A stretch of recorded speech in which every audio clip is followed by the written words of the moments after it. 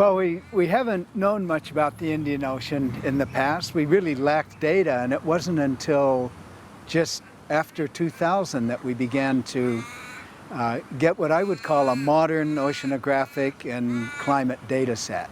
The Argo deployment program is based around getting these robots, these sensor robots, right across all the world's oceans, some 3,000 of them, of which Australia's and CSIRO are responsible for nearly 500. These robots collect salinity and temperature data up and down the ocean column, down to 2,000 meters.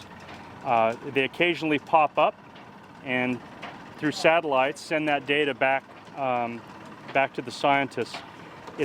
The Argo program is a network of these things collecting ocean temperature and salinity data right around the world, and we're part of an international network that pulls that data together and translates it into a greater understanding of the ocean and climate. We're not even talking about a lifetime here, we're talking the last 10 years that the change has been so noticeable, for me anyway. Bear in mind that we're not a scientist sitting at a desk, we're the guys standing behind the helm. And from where we're standing, it's quite rough out there. We've had waves 7 meters, 8 meters. We've had wind speeds up to 50, 60 knots. And she's held it together. She's looked after us, we're still safe, we're still alive.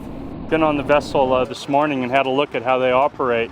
And there are some advantages to using a small vessel. I should have explained perhaps that what we would have expected to be deploying 55 of these robots around the Indian Ocean is a much larger vessel. This is obviously not such a creature, but it's been very effective in very accurately deploying these sensors right around the entire Indian Ocean for us, and we couldn't be happier.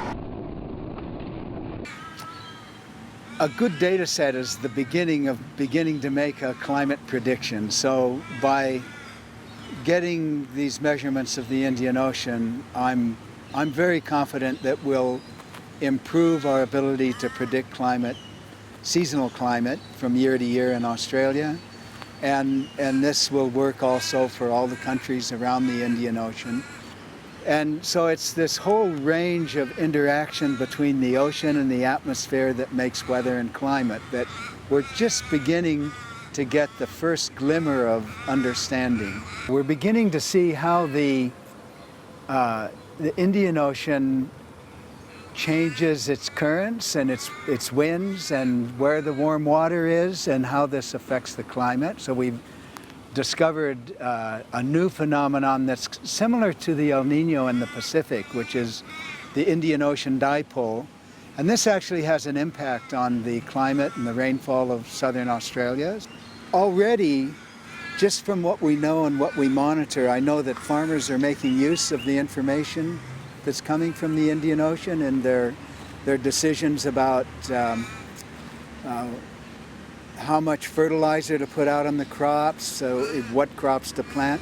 So this is already happening just by monitoring, and as we begin to make use of the data to make predictions, I'm sure that it'll become much more useful. As Chief Scientist, I'm very aware of the importance of all this work in Western Australia to look at our oceans.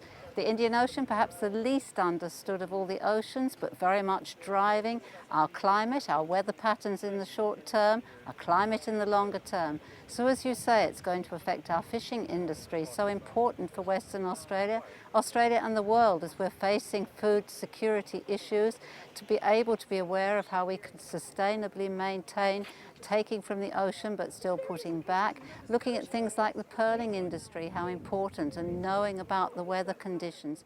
For agriculture, knowing the crops we can grow best depending on the weather we're going to experience in the next year or two.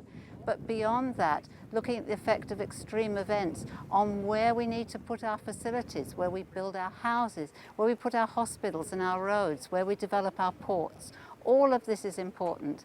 And of course, for the oil and gas industry, that's hugely important as we become a very major provider of liquefied natural gas to the world. It's going to be essential to know the conditions around those oil and gas platforms to ensure we get maximum output from them, but do so in a safe way, and ensure the boats that are shipping, that's taking those products from Australia to the world, can do so safely.